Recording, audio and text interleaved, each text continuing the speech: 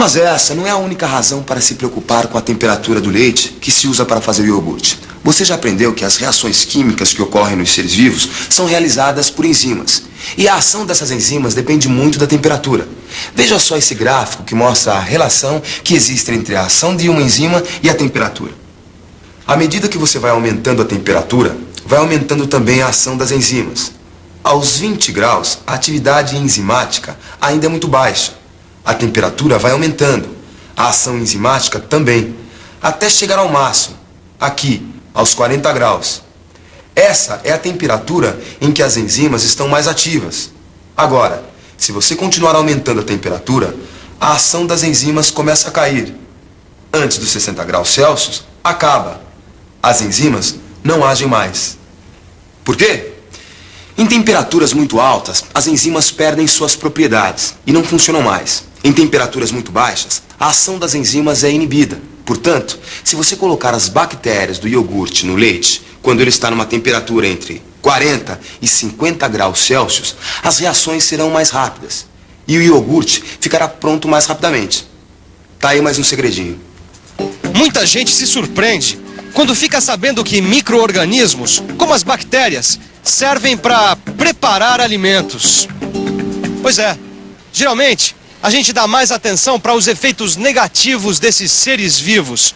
Eles provocam cáries, doenças, podem estragar os alimentos, só que eles também servem para produzir alimentos e bebidas também.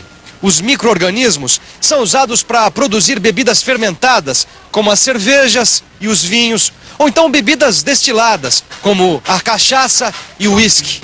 Saccharomyces cerevisiae é um micro-organismo responsável pela produção de bebidas. O pão também é feito com a ajuda de pequenos seres. O fermento biológico é formado por esses fungos microscópicos. Olha só que sujeira. O Dudu apronta as artes dele e a gente que tem que limpar. Ele conseguiu sujar até o chão, acredita? E eu que não faço pão caseiro desde que eu era menina, quando minha mãe me colocava na cozinha pra ajudar. Ai, mãe, para de reclamar. Ai, Vê tá se bom. não tá faltando nada. Então vamos lá. Meio copo de água morna, 2 tabletes de fermento biológico, 1 colher de sopa de óleo, farinha de trigo, uma pitada de sal e um ovo que a gente coloca se quiser. Tá tudo certinho. Então, mãos à obra, menina. Agora você vai dissolver os tabletes de fermento na água morna junto com o açúcar e deixar repousar até formar bolhas na superfície. Isso. Ô mãe, não é nesse tablete de fermento que estão os micro-organismos? Isso mesmo, filha. Por isso que para fazer pão, a gente só usa fermento biológico. A água morna eu sei pra que serve. É pra acelerar as ações das enzimas e as reações realizadas pelos micro-organismos do fermento. Isso mesmo. Agora, sabe o que eu não entendi? Pra que o açúcar se eu quero fazer pão salgado? Esse é mais um daqueles segredinhos. O açúcar serve de alimento para os micro-organismos do fermento biológico. É do açúcar que eles tiram a energia que eles precisam. Esse processo se chama respiração. Na respiração, os micro-organismos transformam a glicose em gás carbônico e água.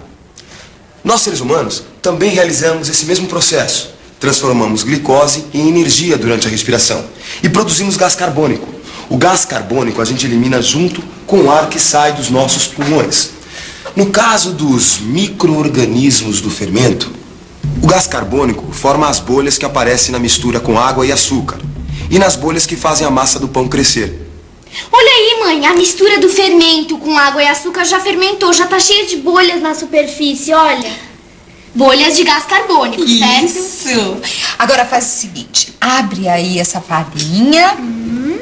Isso, e vamos acrescentar o sal, o óleo, e o ovo. Ó, quebrar teu galho aqui, viu? Isso, agora misture bem. E a mistura do fermento. Tá. Isso. Agora misture bem com a farinha.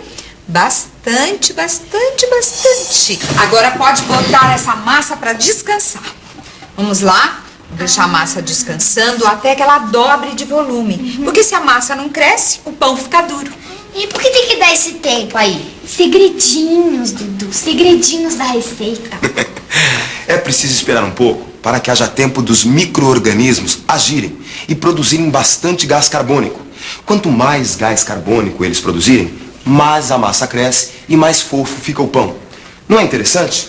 Agora, os micro-organismos, quando respiram, acabam eliminando produtos que acabam servindo para fazer alimentos.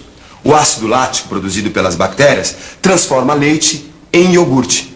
E os fungos microscópicos do fermento eliminam o gás carbônico que aumenta a massa do pão.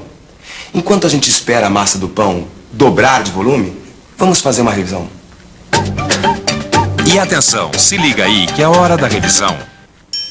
Na teleaula de hoje, conhecemos as bactérias que existem nos iogurtes.